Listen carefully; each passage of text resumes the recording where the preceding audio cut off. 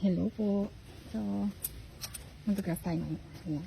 Itong ginamit kong rootstock ay International Red or Okinawa Red. So, bago tayo mag-graph, just make sure na dry yung soil mo para iwas bulok din. So, alisin ko yung mga dahon, mga sanga na unnecessary. Mag-iwan lang ako ng isang sanga para palatandaan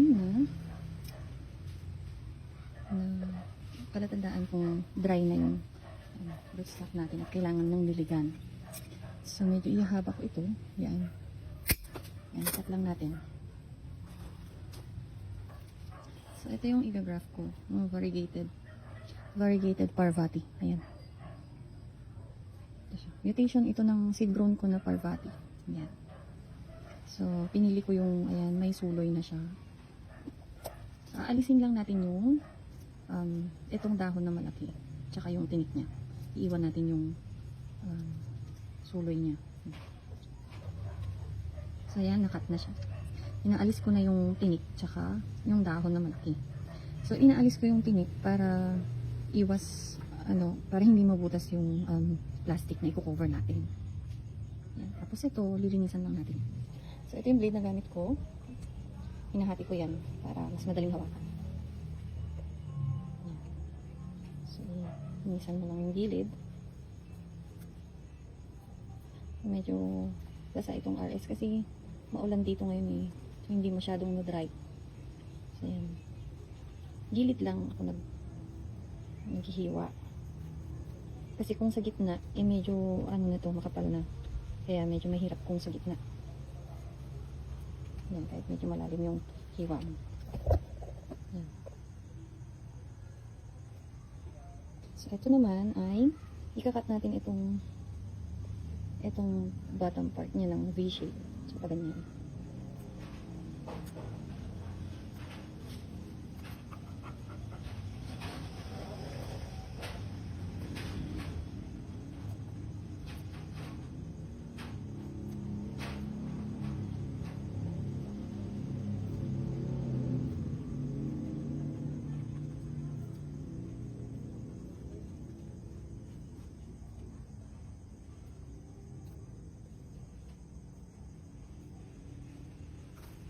Yan.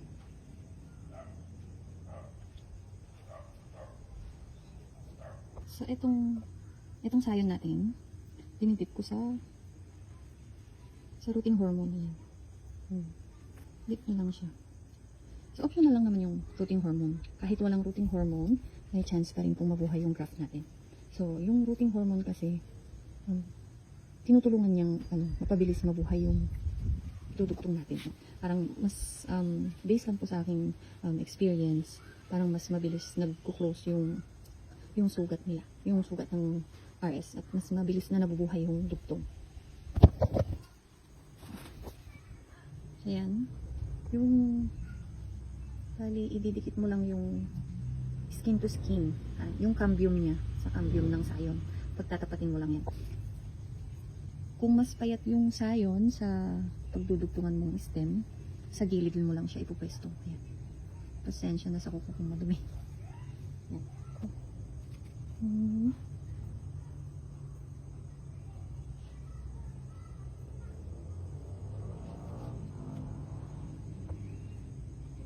Ayan. And the next step is itong grafting tape. Ganito yung gamit kong grafting tape. Yung puti.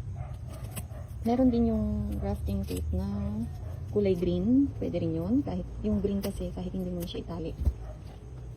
Pwede rin kayong gumamit ng ito ginagawa ko kasi. Binabanat ko na yan.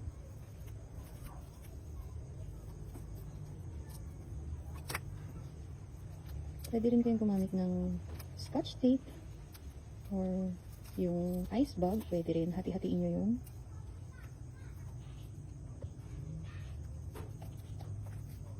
Higpitan lang yung tali para hindi mauugat.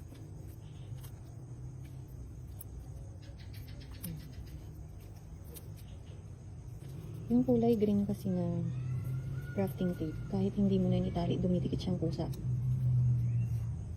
So, ayan. So, ito na yung ang gamit kong plastic ay PP bag.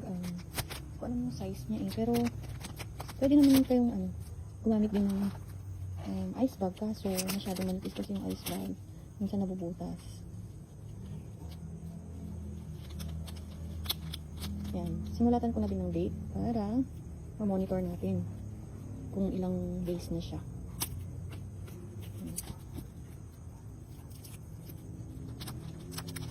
So, kung ipopwesto nyo sa may bilad, lagyan nyo siya ng cover ng papel.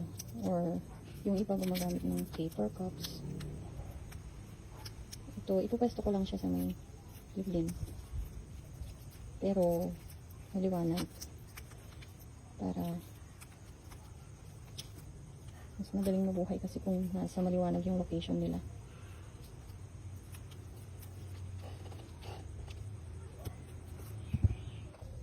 Ayan na yung ating bed. So, mag-update ako after 2 weeks.